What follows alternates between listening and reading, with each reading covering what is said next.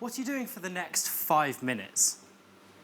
What about the 5 minutes after that? Will you have a free 5 minutes tonight? Does anyone have 5 minutes to save 1,000 lives? Because that's what I'm going to be trying to spend my next 5 minutes doing. I came across the most incredible piece of information the other day. I just thought you should know. According to a leading set of academics, most kids don't see the value in living. You might be sitting there being confused about hearing this. Kids have it great these days, don't they? With all this wealth, technology, and peace. But let me tell you about my friend and flatmate at university, Theo. Because it was exactly 1 year ago today that Theo took his own life.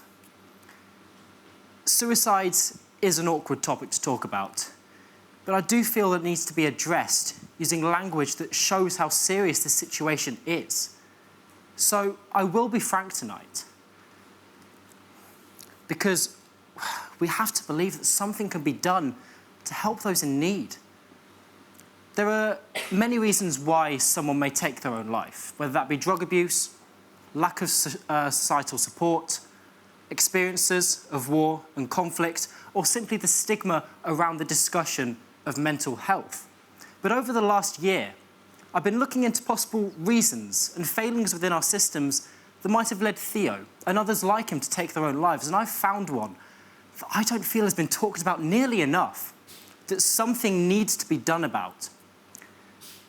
A few weeks after Theo passed away, I was shocked to discover that his family had no idea of the difficulties he was experiencing at university. This is a complaint I hear from parents up and down the country. The universities know that a student is going through hard times and the family are not told.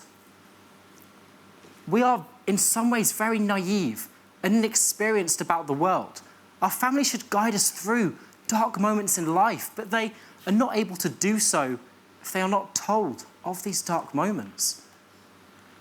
I originally thought that it was because of data protection laws, that because a student is over the age of 18, so universities aren't allowed to reveal sensitive information about them.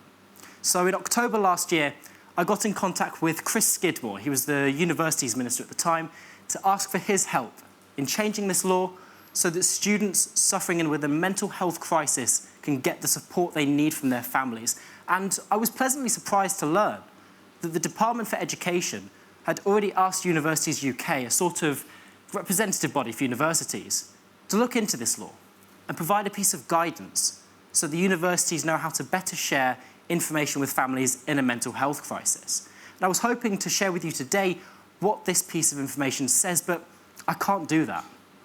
Because even though I was told that this will be published at the end of last year, it has been delayed until at least April. I was disappointed by this, because to me, it shows the relaxed attitude, one that I've seen over and over again. This is an incredibly important issue, and an incredibly important piece of guidance which has been delayed by 4 months for reasons that are just unclear. Now, in some ways, if we are able to get this law changed, if I can get this law passed, there is still one big problem to overcome, and that is that universities aren't held to account for their actions. If we can get this law changed and a university doesn't implement it properly, then there is no way for that university to be held to account. Up until last year even, inquest trials into a student's death tended to not last longer than a day, sometimes even an hour.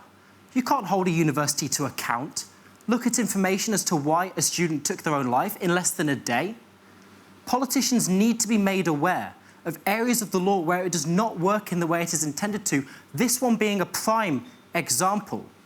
And universities need to be held to account when they are found to be in the wrong. Now, I don't want you to go away from this speech and necessarily do anything. I just want you to know that next time a student takes their own life at university, something probably could have been done to prevent it. And I also don't want you to feel negatively about the situation. This is not a negative speech.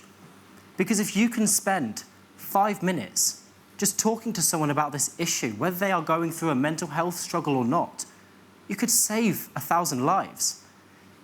I know that had I been a little more educated on this topic, I could have helped Theo a little bit more instead of finding him in his room that morning.